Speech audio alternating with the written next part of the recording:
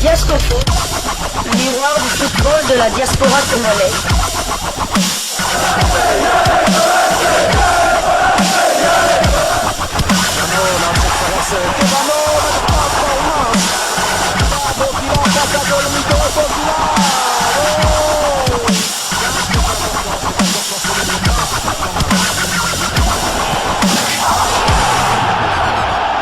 Diasco Foot, le miroir du football de la diaspora congolaise. Vous êtes sur Diasco Foot, le miroir du football de la diaspora congolaise. Diasco Foot vous dit bonjour, tout le plaisir est pour nous de vous retrouver, mais surtout de savoir que vous êtes nombreux en train de suivre votre chaîne YouTube dédiée uniquement aux footballeurs de la diaspora congolaise. C'est l'heure de partager avec vous quelques news que nous avons pu récolter pour vous, des news concernant certains de nos internationaux ou des binationaux qui se sont illustrés dans leurs clubs respectifs. Et cela dans le cadre de cette troisième livraison sportive de ce mardi 7 mai 2024. Une livraison que nous commençons par... Le pays de Vladimir Poutine, où l'on jouait la 27e journée de la première ligue russe. Le FK Paris Nijni Novgorod et le Spartak Moscou se sont quittés dos à dos sur le score de 0 but partout. Titulaire pour la troisième fois consécutive, le Messi congolais a joué toute la rencontre. Son temps de jeu est de 1706 minutes sur 3681. 31 matchs joués sur 38. Il a marqué 7 buts, toutes compétitions confondues, et délivré 2 passes décisives. Le Spartak Moscou est 4e avec 43 points, compte 12 victoires, 7 nuls et 8 défaites. 37 buts marqués et 31 buts encaissés. Prochain rendez-vous, le Spartak Moscou recevra Krasnodar pour le compte de la 28e journée de la première ligue russe. Notons que malgré le score nul et vierge, l'international congolais Théo Bongonda a été élu MVP du match. C'est de bon augure pour lui, car on se souvient, il y a quelques semaines, nous étions étonnés quand même de son faible temps de jeu et qu'il marquait un peu le temps. On se demandait aussi s'il avait bien fait de choisir, de quitter l'Espagne pour choisir la Russie. La Russie qui est sous embargo, on le sait, quand par exemple les clubs russes ne peuvent pas jouer les coupes européennes, donc c'était vraiment un bon choix. Mais là, ça fait 2 ou 3 matchs qui retrouvent son niveau. On retrouve le Messi congolais, preuve en est que malgré ce 0-0 nul et vierge, il a été élu MVP du match.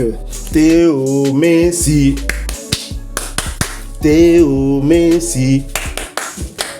Adulé au stade des martyrs, le Théo Messi congolais de retour, et titulaire une fois de plus malgré ce score nul et vierge, MVP du match. C'est bon en tout cas pour son moral, surtout bon pour la tanière, en prélude justement de cette double rencontre qui attendent les Léopards, d'abord à Dakar face aux Lions de la Teranga et face aux éperviers du Togo, les Togolais qui nous promettent la défaite au stade des martyrs de Kinshasa. Nous quittons la Russie, nous allons cette fois du côté de l'Italie où l'on jouait la 35e journée de Serie A. L'AC Milan de Pierre Kaloulou accroché à domicile par Genoa. Score final 3 buts partout. Convalescent, le plus jeune des frères Kaloulou n'a pas pris part à cette rencontre. Son temps de jeu stagne à 365 minutes sur les 4720 minutes possibles. Il a participé à 9 des 49 matchs avec son club. Et pour rappel, Pierre Kaloulou reste bien évidemment éligible pour jouer avec les Léopards de la RDC. Comité de freinage. Voilà le travail que le comité de freinage a fait sur ce défenseur central qui peut évoluer aussi comme latéral droit ou gauche. Et c'est 365 minutes en termes de temps de jeu. C'est méchant pour le comité de freinage parce que nous le rappelons ici que Pierre Kaloulou peut rejoindre la tanière. Mais comment le comité de freinage peut-il freiner ce jeune qui aime bien la RDC aussi, même si on peut le comprendre, son premier choix reste bien évidemment la France. Le comité de freinage a suffisamment agi. Maintenant, il faut laisser Pierre Kaloulou retrouver un peu sa forme pour qu'il puisse rejoindre la tanière. Parce que je ne pense pas avec ses problèmes physiques, Didier Deschamps pourra le convoquer. Alors, après ce nul, l'AC Milan reste à la 2e place de Serie A derrière son éternel rival de Milan, l'Inter, avec 71 points, 21 victoires, 8 nuls et 6 défaites, 67 buts inscrits contre 42 encaissés. Et prochain rendez-vous pour Kaloulou et ses coéquipiers, ce sera pour le compte de la 36e journée de Serie A avec la réception de Cagliari le samedi 11 mai 2024 sur le coup de 19h45 heure de Kinshasa, 20h45 heure de Bukavu à l'est de la République démocratique du Congo. Quittons la Série A mais pas l'Italie, nous allons cette fois du côté de la Série B, championnat italien de deuxième division où l'on jouait l'avant-dernière journée. Charles Piquel exclu, Cremonese tient quand même le point du nul en déplacement sur le terrain du leader Parme. Cremonese est réparti avec le point du nul.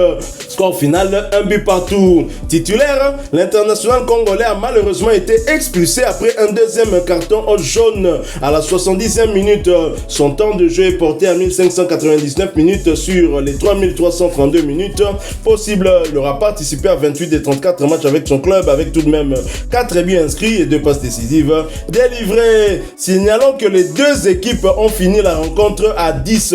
Déjà qualifié pour les playoffs, Cremonese est 4e de Série B avec 64 points, 18 victoires, 10 nuls et 9 défaites, 47 buts inscrits contre 32 encaissés. Cremonese va jouer les playoffs pour la montée en Série A. On espère que ça marchera pour Charles Piquel et ses coéquipiers. Et prochain rendez-vous pour Cremonese, ce sera pour le compte de la dernière journée de Série B et la réception de Cittadella le vendredi 10 mai 2024 sous le coup de 19h30 heure de Kinshasa, 20h30 heure de Goma à l'est de la République démocratique du Congo. Un match que Cremonese va devoir jouer sans son international congolais. Restons toujours en Série B italienne et toujours pour le compte de cette avant-dernière journée. En déplacement sur le terrain de Palerme, Ascoli de Brian Bayeye ramène le point du nul. Score final, 2 buts partout. Convalescent, Brian Bayeye n'a pas pris part à cette rencontre et son temps de jeu stagne à 1223 minutes sur les 2828 minutes possibles. Il a participé à 19 des 29 matchs avec son club. Et après ce nul, Ascoli occupe la 17e place de Série B avec 38 points, 8 victoires, 14 nuls et 15 défaites, 36 buts inscrits contre 41 encaissés. Et prochain rendez-vous pour Ascoli et Bayeye, ce sera pour le compte de la dernière journée de Série B et la réception de Pise le vendredi 10 mai 2024 sous le coup de 19h30 heure de Kinshasa, 20h30 heure de Beni à l'est de la République démocratique du Congo. Brian Bayeye est une nouvelle fois absent, il n'a pas joué et on a en tout cas ouï dire qu'il aurait été blessé. Il est donc convalescent et ceci, je pense, confirme aussi son absence au mois de juin prochain et la diminution de son temps de jeu faisait déjà que Sébastien Desabre, je doutais en tout cas que Sébastien Desabre puisse le convoquer pour les échéances à venir, mais là il ne joue plus. Ça fait en tout cas plus de 4 matchs maintenant et je crois que il est clair qu'au niveau du compartiment latéral droit, Sébastien Desabre devra trouver des solutions parce que justement même son titulaire en sélection, Gédéon Kaloulou, n'a plus de temps de jeu.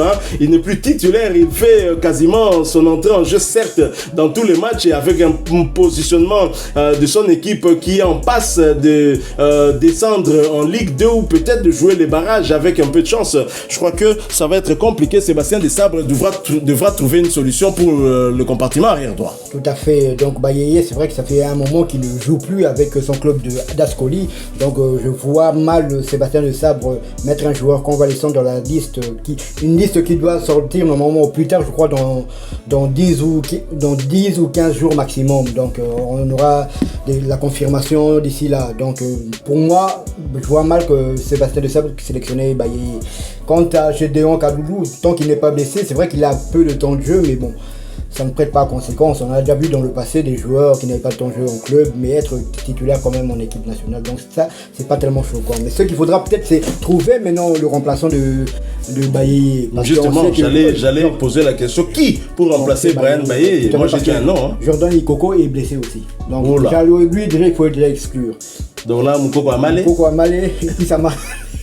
Issama Mpeko, je sais pas, ou bien peut-être Twanzebe qui évolue souvent. C'était ça justement mon nom. Donc moi je vois Twanzebe suppléer peut-être de ce côté-là parce que dans son club on l'a vu évoluer en fin de saison ici comme latéral droit. Tout à fait. Et puis du côté de Wash Louvain aussi, il y a Xingtian. Xingtian aussi qui est là, qui fait une bonne saison. Il fait une bonne saison du côté de Wachel. Il est titulaire indiscutable là-bas.